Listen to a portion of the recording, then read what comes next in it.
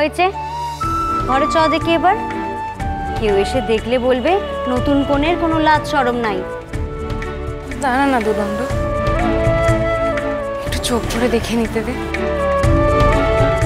ছাতিনার মানুষজন কিভাবে সব উজাড় করে দিয়েছে দেখ আজকের দিনটা সুন্দর করে তোলার জন্য। আমার তো শুধু সেইটুকুই দেখে চক্ষু সার্থক করার জন্য ছুটে আসে। এই শিবানী, বাবা ঠাকুরকে দেখ। বাকিরা কোথায়? আরে এত কাজ পড়ে রয়েছে, কাউকে দেখা যাচ্ছে না একটা। কিভাবে নিজের ভবানী মায়ের বিয়ে নিয়ে উত্তেজনা করছেন।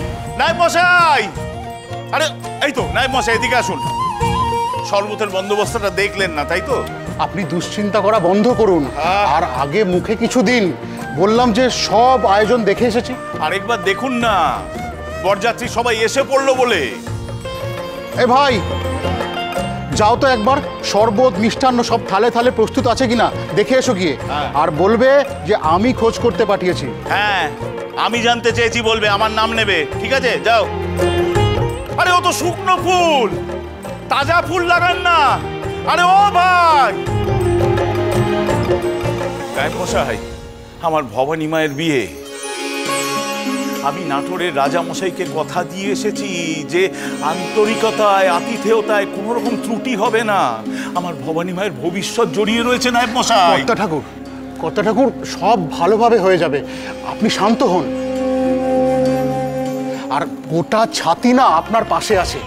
হ্যাঁ কর্তা ঠাকুর, তাই যেন হয়, সব যেন ঠিকঠাক ভাবে মিটে যায় মা ভবানীর আশীর্বাদে।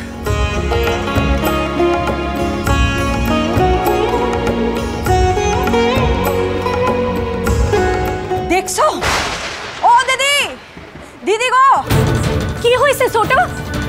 দেখো তোমার মায়ের কাণ্ডখানা দেখো একবার। চল ভেতরে, বিয়ার কোণে নিজেই বাইরে গিয়ে বিয়া দেখতাছে। হ্যাঁ রে ভবানী, তোর কি আমি কিছুই শিখাইতে পারলাম না? অহন একটু আড়ালে থাকতে হয় ভবানী। শুভ দৃষ্টির আগে বরের মুখ দেখতে আসে, তেনারা আইয়া পড়লে কি হইতো তখন? এই কথা ওরে কে বোঝাইব কও তো? সবেতেই না না, বাবা ঠাকুর কত আয়োজন করছেন, তো দেখবো না একবার? থাম তুই, সেই সব রাজ পরিবার আইলে তেনারা দেখবে, পরখ করবে।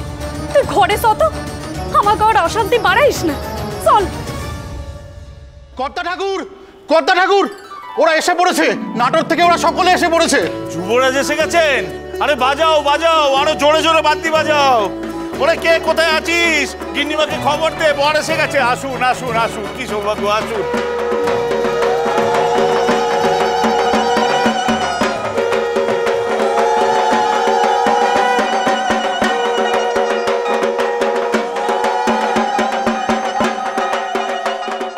রাজরাজেশ্বরী রানী ভবানী, প্রতিদিন রাত 8:30টায় স্টার জলসায়।